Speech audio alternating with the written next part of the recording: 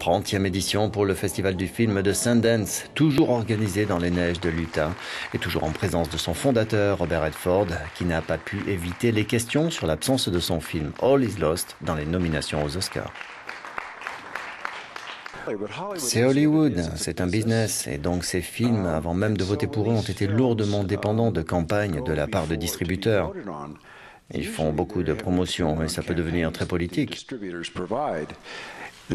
Mais bon, ça va parce que c'est un business. Dans notre cas, je pense que nous avons souffert du fait qu'il y a eu très peu ou pas du tout de distribution. Bien sûr, cela aurait été merveilleux d'avoir été nommé, mais je ne suis pas bouleversé non plus, notamment en raison de ce que j'ai dit. C'est du business et on ne pouvait pas suivre.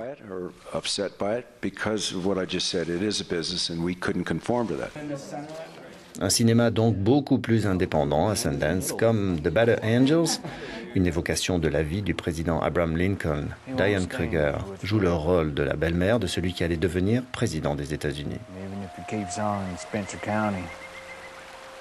He won't be a backwoodsman for long.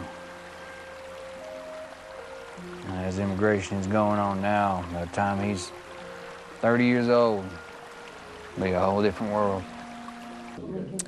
Ce que j'ai aimé dans le scénario, c'est que oui, il s'agit d'Abraham Lincoln, mais il aurait pu s'agir de n'importe quel enfant qui était différent, qui était curieux et qui, quand il rencontre une adulte, Sarah que je joue dans le film, est encouragée et est poussée pour aller au lycée.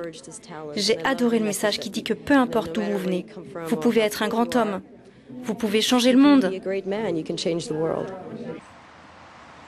The Better Angels sera projeté dans la section Panorama du prochain festival de Berlin. C'est un premier film réalisé par A.G. Edwards, qui a souvent travaillé avec Terrence Malick, lequel est d'ailleurs producteur du film.